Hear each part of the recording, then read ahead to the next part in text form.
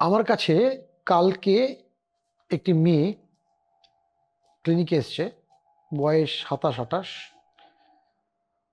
Problem হচ্ছে যে এসে আমাকে বলছে, ডাক্তারবাবু, মেয়েটির মা আমাকে বলছে, ডাক্তারবাবু এর আগেও এর 2-3 বার বাঁ দিকে ব্যথা হয়েছে, নিচে না উপরে ঠিক বুঝতে পারছি না, বোধ হয় আক্কেল দাঁতের ব্যথা, কারণ আক্কেল দাঁত উঠছে বলেই মনে হয়। কিন্তু এবার যেটা হয়েছে সেটা খুব একটা অসুবিধে। ব্যথাটা প্রায় দিন 6-7 আগে থেকে হচ্ছিল, ব্যথার ওষুধ খেয়েছে, ব্যথাটা কন্ট্রোলে ছিল। হঠাৎ পরশুদিন থেকে ব্যথাটা অত্যন্ত বেড়ে গেছে, কিন্তু কালকে থেকে আর মুখই খুলতে পারছে না। তো আমি মেয়েটিকে দেখলাম, ক্লিনিক্যাল এক্সামিনেশন করলাম, মাত্র 1 ফিঙ্গার মানে একটা আঙুল ঢুকতে পারে এতটুকু মুখ খুলছে। এক্সক্রুশিয়েটিং পেন, খুব ব্যথা হচ্ছে, এবং আমি তো মিররটা ঢোকাতেই পারছিলাম না, যেটা দিয়ে দেখতে হয় সেটা ঢোকাতেই পারছিলাম না। কিন্তু অনেক কষ্টে দেখলাম চিকটা বা গালটা রিট্র্যাক্ট করে এরিয়াটা পুরো ফুলে গেছে, বাঁদিকের আক্কেল দাঁতের এরিয়াটা, আক্কেল দাঁত কি বলছি আবার, সেই জায়গাটা ফুলে গেছে, এবং সেখান থেকে হুড় হুড় করে পাস বা পুজ বেরোচ্ছে। এই সিচুয়েশনটা আপনি হয়তো ফেস করেছেন বা করেননি, কিন্তু এটা কিন্তু আমাদের ডেইলি লাইফে, আমার ডাক্তার হিসেবে খুব কমন একটা প্রবলেম। তাহলে প্রথমে বোঝা দরকার আক্কেল দাঁত কি, আক্কেল দাঁত ও উইজডম টুথ ইংরেজিতে যেটা বলে সেটা কি। এখন আমাদের মানুষের 12 বছর বয়সের মধ্যে 28টা দাঁত, 7টা 7টা 7টা 7, ওপর এবং নিচের প্রত্যেকটি সাইডকে আমরা একটা করে কোয়াড্রেন্ট বলি, যেহেতু 4 ভাগের 1 ভাগ। 7টা 7টা 7টা 7টা দাঁত উঠে যায়, তাহলে 4 7 28।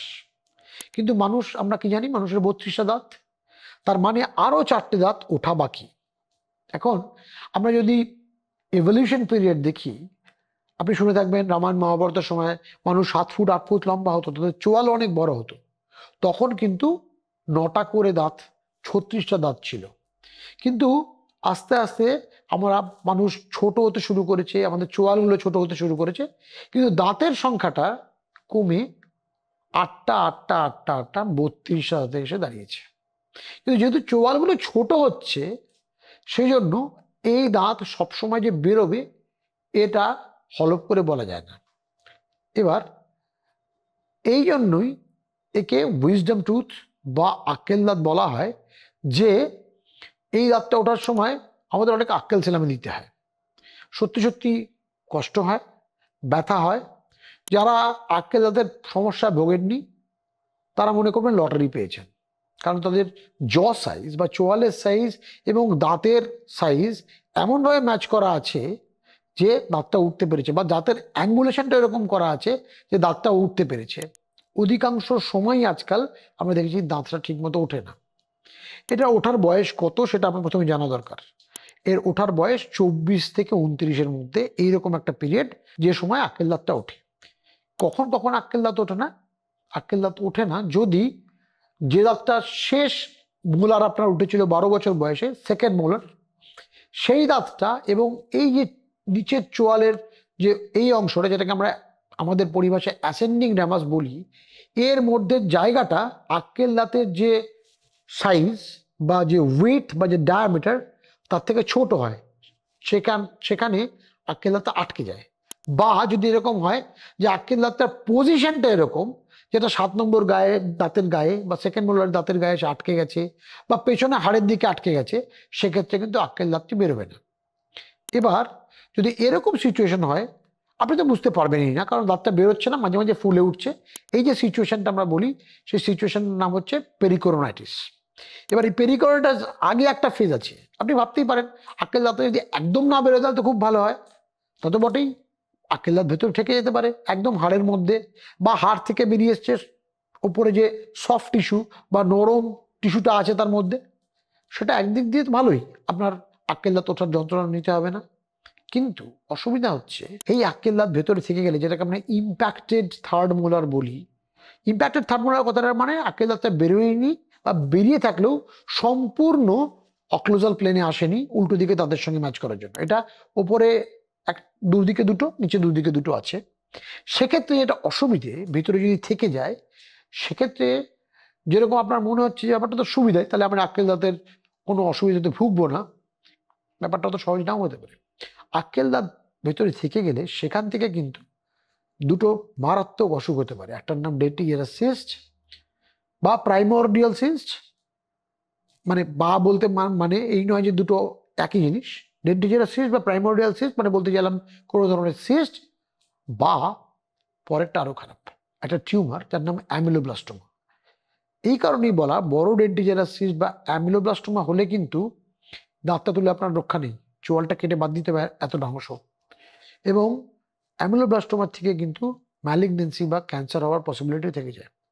অতএব আপনার দাঁত যদি অল্প বেরোয় এবং মাঝে মাঝেই ব্যথা হয়, আপনার জন্য কিছু ঘরোয়া টোটকাও বলবো যাতে দাঁতটা বেরোতে সুবিধা হয়, যদি ওর অ্যাক্সিস বা স্পেস থাকে সেটা বলছি। কিন্তু তার আগে বলে দিই, এক্ষেত্রে কিন্তু দাঁতটা তুলে ফেলা ছাড়া কোনো এক্সপেরিমেন্ট করে লাভ নেই। আমার কাছে বেশ কিছু পেশেন্ট এসে বিভিন্ন রকম ট্রিটমেন্টের নাম বলেন। খুব কমন হচ্ছে ডাক্তারবাবু আরসিটি করে দাঁতটা রাখা যায় না। মনে রাখবেন, প্রবলেমটা আরসিটির নয়, প্রবলেমটা হচ্ছে আপনার দাঁতটা ওঠার মতন কোনো পরিসরই নেই বা স্পেস নেই বা তার অ্যাঙ্গেলটাও ঠিক নয়। আরসিটি করে করবেন কি? দাঁতটা নিজেই এমন অবস্থায় আছে যেটা আপনাকে খুব ভোগাবে। সেক্ষেত্রে কিন্তু আক্কেল দাঁত তুলে ফেলাই দস্তুর। আমরা সবসময় সেটাই বলি। অনেক সময় পেশেন্ট মানতে চান না, কিন্তু যদি না মানেন, বারবার পেরিকর্ডিটিস হলে কিন্তু যে অবস্থাটি, যে মেয়েটির গল্প দিয়ে শুরু করলাম তার মতো হতে পারে, মুখ সম্পূর্ণ বন্ধ হয়ে যেতে পারে। তখন কিন্তু আমাদের পক্ষে ব্যাপারটা বেশ ঘোরালো হয়ে ওঠে। অতএব মনে রাখবেন, আক্কেল দাঁত যদি আপনার বারবার ভোগায়, কতদিন মানে 4 মাসের মধ্যে 2বার 3বার এরকম হয়ে যায়, ইমিডিয়েটলি ডাক্তার দেখান। কারণ আপনার মুখ যে কাল বন্ধ হয়ে যাবে না এর কোনো গ্যারান্টি নেই। এবং এই পেরিকর্নাল অ্যাবসেস বা পেরিকর্ডিনাইটিস কিন্তু একটা সাংঘাতিক যন্ত্রণাদায়ক রোগ। এবং এই ব্যথাটা শুধু এখানে থাকে না, এখান থেকে চোখের দিকে, মাথায়, কানের দিকে যায় এবং আপনি একটা অসহ্য ব্যথার মধ্যে দিয়ে যাবেন। অ্যান্টিবায়োটিক খেয়ে কমলে ইমিডিয়েটলি দাঁতের ডাক্তারের সঙ্গে দেখা করে আপনি এই দাঁতটিকে বের করার ব্যবস্থা করুন। মনে রাখবেন, এই দাঁতটি যদি ম্যাল পজিশনে থাকে বা স্পেস না থাকে, এটা নিয়ে আপনি ভুগবেনই, এটা আপনি কোনো রকমই এড়িয়ে যেতে পারবেন না। এবার যেটা বলার, যদি মনে করুন যে আপনার আক্কেল দাঁত বারবার ভোগাচ্ছে কিন্তু ডাক্তারবাবু দেখে বললেন, দেখে তো সবসময় বোঝা যায় না, এক্সরে করতে হয়, বিভিন্ন রকম এক্সরে লাগে, তার মধ্যে একটার নাম অর্থোপ্যান্টোমোগ্রাম, একটা হচ্ছে এরিয়া স্পেসিফিক এক্সরে, সেটা ডাক্তারবাবু আপনি গেলেই বলতে পারবেন। সেক্ষেত্রে আপনাকে যেটা করতে হবে, যে দাঁতটা ওঠার পজিশন থাকলে কিন্তু আপনার পেরিকর্ডিটিস হচ্ছে, অ্যান্টিবায়োটিক বা অন্য ওষুধ দিয়ে তো ডাক্তারবাবু আপনার এই পেরিকর্ডিটিসটা কমাবেনই। সেক্ষেত্রে আপনি বেলুনিং এক্সারসাইজ করতে পারেন। বেলুনিং এক্সারসাইজটা কি? খুব সিম্পল। আমরা বেলুন ফোলানোর সময় যেরকম গাল ফোলাই, সেরকম মুখে গরম জল এবং তাতে নুন দিয়ে সেদিকের গালটা জোরে ফোলাতে পারেন দিনে 3 থেকে 4 বার, এরকম 7 থেকে 10 দিন। এতে আপনার দাঁতটা যদি বেরিয়ে আসার অবস্থায় থাকে তাহলে সেটা কিন্তু ফ্যাসিলিটেটেড হবে বা বেরিয়ে আসার একটা সম্ভাবনা বাড়বে এবং এই ব্যথাটাও কমবে। এবং তার সঙ্গে যদি পুঁজ থাকে লোকালাইজ, বেলুনিং করার জন্য পুঁজটাও ড্রেন আউট করবে। এইবার ধরুন পেরিকর্ডিটিস কমে গেছে এবং দাঁতটাকে আপনাকে তুলতে হবে। আপনি দাঁতটা তোলার সময় খেয়াল করুন যে আপনি কি টেকনিকে দাঁতটা ডাক্তারবাবু তুলছে, আপনি তার কাছে এক্সপ্লেনেশন চান। কারণ দাঁত তোলার অনেক রকম টেকনিক এখন অ্যাভেলেবল। আগেকার দিনে ছেনি হাতুড়ি কিন্তু এখন আর ব্যবহার করা হয় না, ওগুলো ট্রমাটিক পদ্ধতি। এখন ইউজুয়ালি আমরা দুটো টেকনিক ইউজ করি।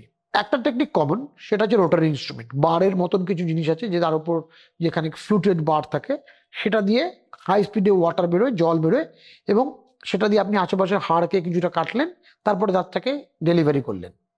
এবার সেকেন্ড যে পদ্ধতি সেটা নিয়ে বলছি, তার আগে একটা কথা বলার, এই পদ্ধতির যেটা সুবিধে সেটা হচ্ছে পদ্ধতিতে একটু ফাস্ট। অসুবিধে হলো, যেহেতু রোটারি ইনস্ট্রুমেন্ট সফট টিস্যু এবং হার্ড টিস্যু, মানে আপনার নরম মাড়ি এবং হাড়ের মধ্যে ডিফারেন্সিয়েট করতে পারে না। কাটার সময় যেহেতু রোটারি ইনস্ট্রুমেন্ট অনেক সময় আপনার সফট টিস্যুকে টেনে নিতে পারে, যেহেতু ওখানে অনেকগুলো নার্ভ আছে, স্পেশালি লিঙ্গুয়াল নার্ভ, সেক্ষেত্রে কিন্তু আপনার এক্সট্রাকশনের পরে প্যারেস্থেসিয়া হওয়ার একটা পসিবিলিটি বা চান্সেস থেকে যায়। প্যারেস্থেসিয়া মানে জায়গাটা অবশ্যই অনেক দিন ধরে রয়েছে, যেটা রোটারির একটা প্রবলেম, কারণ রোটারি কোনো টিস্যু স্পেসিফিক নয়। এখন যে টেকনিকটা আমরা যে কোনো হাই এন্ড ক্লিনিকে ইউজ করছি, সেই টেকনিকটার নাম আল্ট্রা সার্জারি বা পিজো সার্জারি। এই টেকনিকটা হচ্ছে যেরকম দাঁতে আল্ট্রাসোনিক দিয়ে ক্লিন করা হয় বা পরিষ্কার করা হয়, সেরকমই একটা ডায়মন্ড কোটেড বা নর্মাল ফ্লুটেড টিপ আপনার এই ইনস্ট্রুমেন্টটা ভাইব্রেট করে খুব হাই স্পিডে, যেখানে জিনিসটা শব্দটা শোনাই যায় না প্রায়, শুধুমাত্র তার সঙ্গে জলও আসে। সুবিধাটা হলো আল্ট্রাসোনিক হচ্ছে টিস্যু স্পেসিফিক, ও শুধু হাড়কেই কাটতে পারে। ও যদি আপনার মাড়িতে বা সফট টিস্যুতে লাগেও তাহলে তার কোনো এফেক্ট নেই।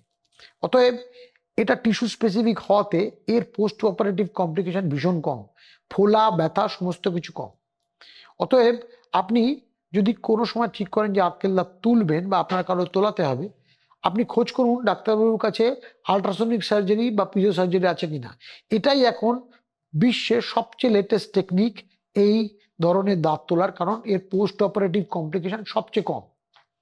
অতএব যদি আপনার আক্কেল দাঁতের অসুবিধা হয়, একবার গিয়ে ডাক্তারবাবুকে দেখিয়ে নিন। সেটা যদি বেরোনোর মতন হয় এবং তার জন্য বয়স আপনার থাকে, তাহলে অবশ্যই ওয়েট করুন, বেলুনিক এক্সারসাইজ যেরকম আমি বললাম সেরকম করুন। কিন্তু এই দাঁত যদি বেরই করতে হয় তাহলে আর দেরি করবেন না। আপনার এই দাঁতের জন্য জিনিসটাকে ফেলে রাখলে যে কোনো সময় পেরিকরোনাইটিস হয়ে মুখ বন্ধ পর্যন্ত হতে পারে। অতএব যত তাড়াতাড়ি এই অসুবিধাটাকে আপনি মুখ থেকে বিদায় করবেন। আর মনে রাখবেন এই ট্রিটমেন্টটা কিন্তু ওয়ান টাইম, সারা জীবনে একবারই আক্কেল দাঁত তুলতে হবে, এর ফিরে আসার কোনো সম্ভাবনা নেই। অতএব আপনার যদি মনে হয় আক্কেল দাঁতের জন্য আপনাকে আক্কেল সেলামি দেবেন না, কালকেই আক্কেল দাঁতের অসুবিধা থাকলে বা আপনার চেনাশোনা কারো থাকলে ডাক্তারবাবুর কাছে যান এবং আপনাদের যেরকম বললাম এই পুরো সিরিজটা ফলো করুন। তাতে আপনার আক্কেল দাঁতের অসুবিধা চলে যাবে। এবং ডাক্তারবাবু যদি বলেন আক্কেল দাঁতটি তুলতে হবে, মনে রাখবেন পজিশনটি দেখুন, ওনার কাছে এক্সপ্লেনেশন চান এবং আক্কেল দাঁত থেকে যত তাড়াতাড়ি আপনি বিদায় করবেন তত তাড়াতাড়ি ঝঞ্ঝাট থেকে আপনার মুক্তি হবে। আপনার যদি আক্কেল দাঁত সংক্রান্ত বা ডেন্টিস্ট্রির অন্য যে কোনো অসুবিধা নিয়ে কোয়ারি বা প্রশ্ন থাকে, কমেন্ট বক্সে লিখুন, আমি উত্তর দেব। এবং তার সঙ্গে যদি আপনি মনে করেন সরাসরি দূরভাষে আপনি কথা বলবেন, এখানে একটা ফোন নাম্বার দেওয়া আছে। আমার ওডোন্টোরা টিম সবসময় আপনার প্রশ্নের উত্তর দেওয়ার জন্য, দাঁত সংক্রান্ত যে কোনো অসুবিধা লাঘব করার জন্য আপনার জন্য সদা প্রস্তুত।